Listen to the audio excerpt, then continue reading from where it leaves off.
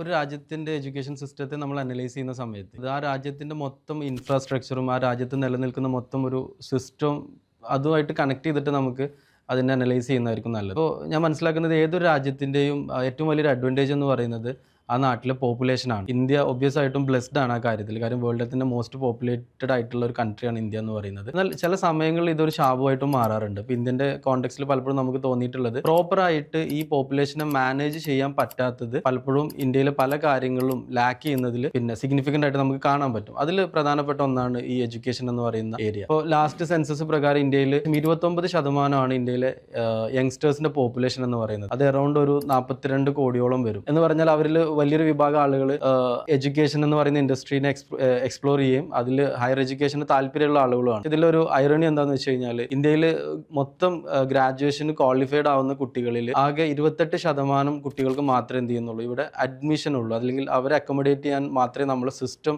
ഇന്നും ഡെവലപ്പ് ആയിട്ടുള്ളൂ. അപ്പോൾ അതുകൊണ്ട് തന്നെ ഇന്ത്യൻ എഡ്യൂക്കേഷൻ സിസ്റ്റത്തിന്റെ ഏറ്റവും വലിയൊരു ചലഞ്ച് എന്താണെന്ന് ചോദിച്ചു കഴിഞ്ഞാൽ വലിയൊരു ശതമാനം ആളുകൾ അതെന്ത് ചെയ്യുന്നു, എക്സ്പെൽ ചെയ്യും എന്നുള്ളതാണ് ഏറ്റവും വലിയൊരു പ്രശ്നമായിട്ട് തോന്നിയിട്ടുള്ളത്. ഇനി നമ്മുടെ രാജ്യത്തിൻ്റെ ക്വാളിറ്റി ഓഫ് എഡ്യൂക്കേഷനിലേക്ക് വരുന്ന സമയത്ത് ഇന്ത്യയിൽ ഒരുപാട് ക്വാളിറ്റിയുള്ള ഇൻസ്റ്റിറ്റ്യൂട്ട്സ് ഉണ്ട്.